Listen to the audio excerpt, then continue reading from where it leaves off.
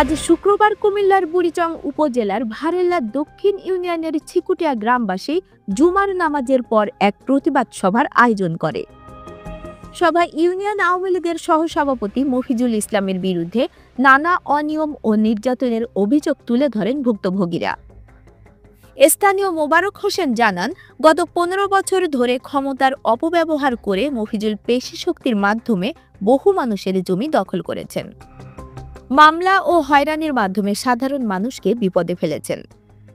গ্রামবাসীদের অভিযোগ, ক্ষমতা হারিয়েও তিনি অবৈধ উপার্জনের টাকার জোরে এখনো মানুষকে হয়রানি করছেন। এমনকি মসজিদের টাকা আত্মসাতের অভিযোগও রয়েছে তার বিরুদ্ধে।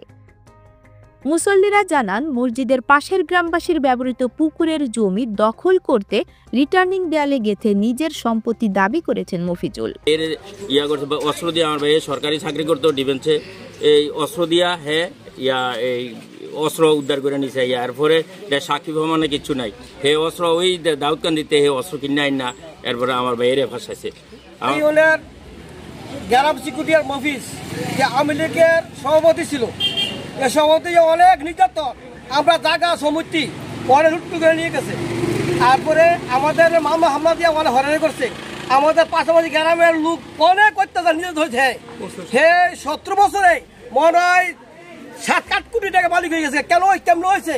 আমরা ডক্টর ইন্দ্রিসের কাছে বিচার চাই, সেই দৌত্যভাবে এর তদন্ত করার অনুমতি আমরা চাই দিতে এর কাছে তদন্ত করতে লাগে। তার প্রতিবেশীরা জানান, তিনি নেশাগ্রস্ত লোক ভাড়া করে নিজের বাবাকেও হত্যার চেষ্টা করেছেন। মোবারক হোসেনের পরিবার দাবি জানিয়েছে, তাদের আত্মসাৎ করা জমি দ্রুত ফেরত দেওয়া হোক এবং মফিজুল যেন তার অপকর্ম বন্ধ করে।